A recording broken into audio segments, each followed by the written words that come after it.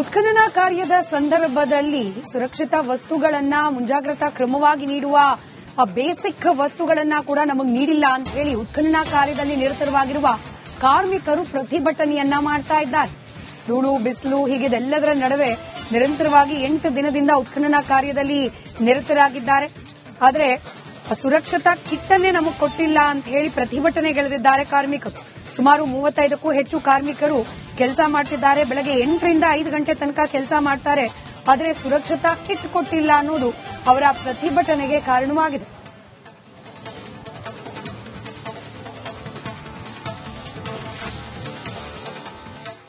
ಮತ್ತಷ್ಟು ಡೀಟೇಲ್ಸ್ ನೊಂದಿಗೆ ನಮ್ಮ ಪ್ರತಿನಿಧಿ ಮಂಜು ಪತ್ತಾರ್ ನೇರ ಸಂಪರ್ಕದಲ್ಲಿದ್ದಾರೆ. ಮಂಜು ಪತ್ತಾರ್, ದಿನದಿನಕ್ಕೂ ಕೌತುಕ ಹುಟ್ಟಿಸುವ ವಸ್ತುಗಳು ಲಭ್ಯ ಆಗ್ತಾ ಇದೆ. ಉತ್ಖನನ ಕಾರ್ಯದ ಬಗ್ಗೆ ಒಂದರ್ಥದಲ್ಲಿ ಇಡೀ ರಾಜ್ಯದ ಗಮನ ನೆಟ್ಟಿದೆ. ಇಂತಹ ಸಂದರ್ಭದಲ್ಲಿ ಉತ್ಖನನ ಕಾರ್ಯದಲ್ಲಿ ನಿರತವಾಗಿರುವ ಕಾರ್ಮಿಕರಿಗೆ ಬೇಸಿಕ್ ಫೆಸಿಲಿಟಿ ಇಲ್ಲ ಅನ್ನುವ ಆರೋಪ ಏನ್ ಹೇಳ್ತಾ ಇದೆ ಜಿಲ್ಲಾಡಳಿತ? ಹಾಗೆ ಸಂಬಂಧಪಟ್ಟ ಇಲಾಖೆಯವರು ಇದ್ರ ಬಗ್ಗೆ ಏನಾದರೂ ಪ್ರತಿಕ್ರಿಯೆ ನೀಡಿದ್ದಾರಾ ಇಲ್ವಾ ಅಂತ?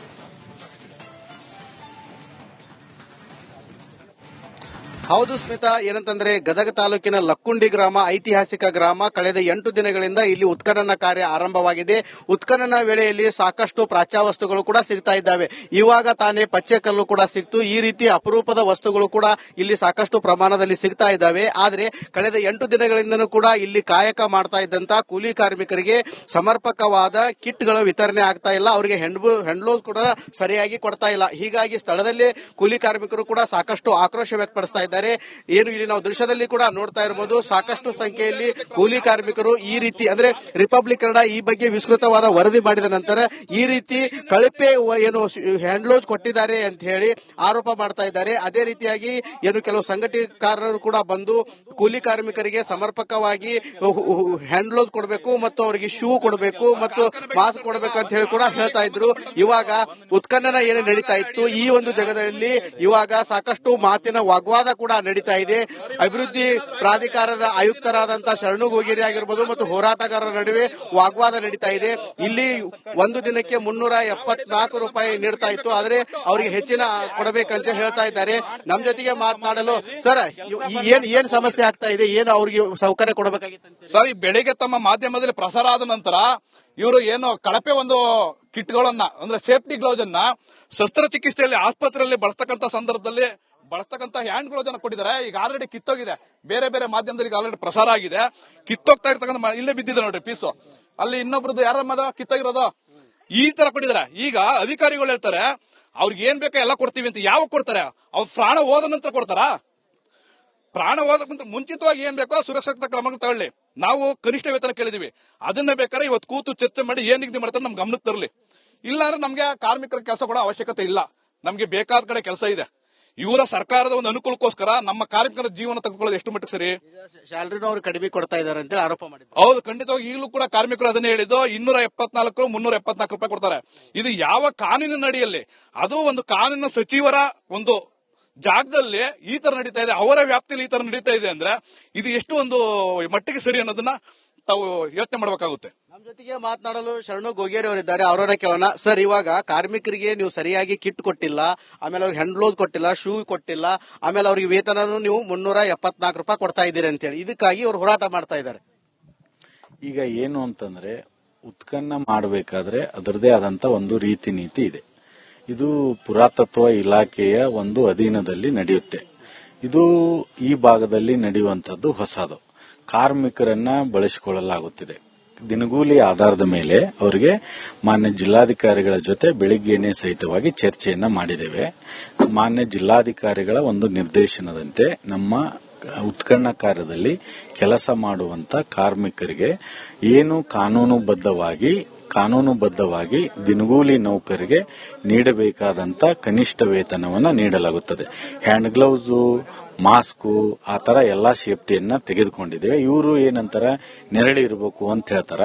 ಇದು ಉತ್ಖನನದ ಸಲುವಾಗಿ ಫೋಟೋಗ್ರಫಿ ಅದನ್ನ ಮಾಡಬೇಕಾಗಿರೋದ್ರಿಂದ ಅದು ಮಾಡಬಾರದು ಅಂತ ಆರ್ಕಿಯಾಲಜಿ ಹೇಳಕ್ ಕುಂತಾರ. ಏನು ಸ್ಮಿತಾ, ಏನಂತಂದ್ರೆ ಒಟ್ಟಾರೆ ಹೇಳ್ಬೇಕಂತಂದ್ರೆ ಏನು ಇವಾಗ ಅಧಿಕಾರಿಗಳು ಕೂಡ ಸ್ಪಷ್ಟನೆ ಕೊಡ್ತಾ ಇದ್ದಾರೆ. ಧನ್ಯವಾದ ಮಂಜು ಪತ್ತಾರ್ ಮಾಹಿತಿಗಾಗಿ. ಉತ್ಖನನ ಕಾರ್ಯದ ಸಂದರ್ಭದಲ್ಲಿ ಸುರಕ್ಷಿತ ವಸ್ತುಗಳನ್ನ ಮುಂಜಾಗ್ರತಾ ಕ್ರಮವಾಗಿ ನೀಡುವ ಬೇಸಿಕ್ ವಸ್ತುಗಳನ್ನ ಕೂಡ ನಮಗೆ ನೀಡಿಲ್ಲ ಅಂತ ಹೇಳಿ ಉತ್ಖನನ ಕಾರ್ಯದಲ್ಲಿ ನಿರತವಾಗಿರುವ ಕಾರ್ಮಿಕರು ಪ್ರತಿಭಟನೆಯನ್ನ ಮಾಡ್ತಾ ಇದ್ದಾರೆ. ಧೂಳು, ಬಿಸಿಲು ಹೀಗಿದೆಲ್ಲದರ ನಡುವೆ ನಿರಂತರವಾಗಿ 8 ದಿನದಿಂದ ಉತ್ಖನನ ಕಾರ್ಯದಲ್ಲಿ ನಿರತರಾಗಿದ್ದಾರೆ. ಆದರೆ ಸುರಕ್ಷತಾ ಕಿಟ್ ಅನ್ನೇ ನಮಗೆ ಕೊಟ್ಟಿಲ್ಲ ಅಂತ ಹೇಳಿ ಪ್ರತಿಭಟನೆಗೆಳೆದಿದ್ದಾರೆ ಕಾರ್ಮಿಕರು. ಸುಮಾರು 35ಕ್ಕೂ ಹೆಚ್ಚು ಕಾರ್ಮಿಕರು ಕೆಲಸ ಮಾಡ್ತಿದ್ದಾರೆ. ಬೆಳಗ್ಗೆ 8 ರಿಂದ 5 ಗಂಟೆ ತನಕ ಕೆಲಸ ಮಾಡ್ತಾರೆ. ಆದರೆ ಸುರಕ್ಷತಾ ಕಿಟ್ ಕೊಟ್ಟಿಲ್ಲ ಅನ್ನೋದು ಅವರ ಪ್ರತಿಭಟನೆಗೆ ಕಾರಣವಾಗಿದೆ.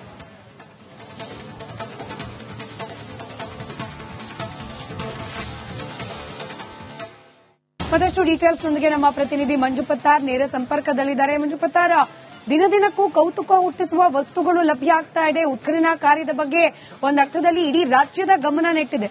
ಇಂತಹ ಸಂದರ್ಭದಲ್ಲಿ ಉತ್ಖನನ ಕಾರ್ಯದಲ್ಲಿ ನಿರತವಾಗಿರುವ ಕಾರ್ಮಿಕರಿಗೆ ಬೇಸಿಕ್ ಫೆಸಿಲಿಟಿ ಇಲ್ಲ ಅನ್ನುವ ಆರೋಪ ಏನ್ ಹೇಳ್ತಾ ಇದೆ ಜಿಲ್ಲಾಡಳಿತ? ಹಾಗೆ ಸಂಬಂಧಪಟ್ಟ ಇಲಾಖೆಯವರು ಇದ್ರ ಬಗ್ಗೆ ಏನಾದರೂ ಪ್ರತಿಕ್ರಿಯೆ ನೀಡಿದ್ದಾರಾ ಇಲ್ವಾ ಅಂತ?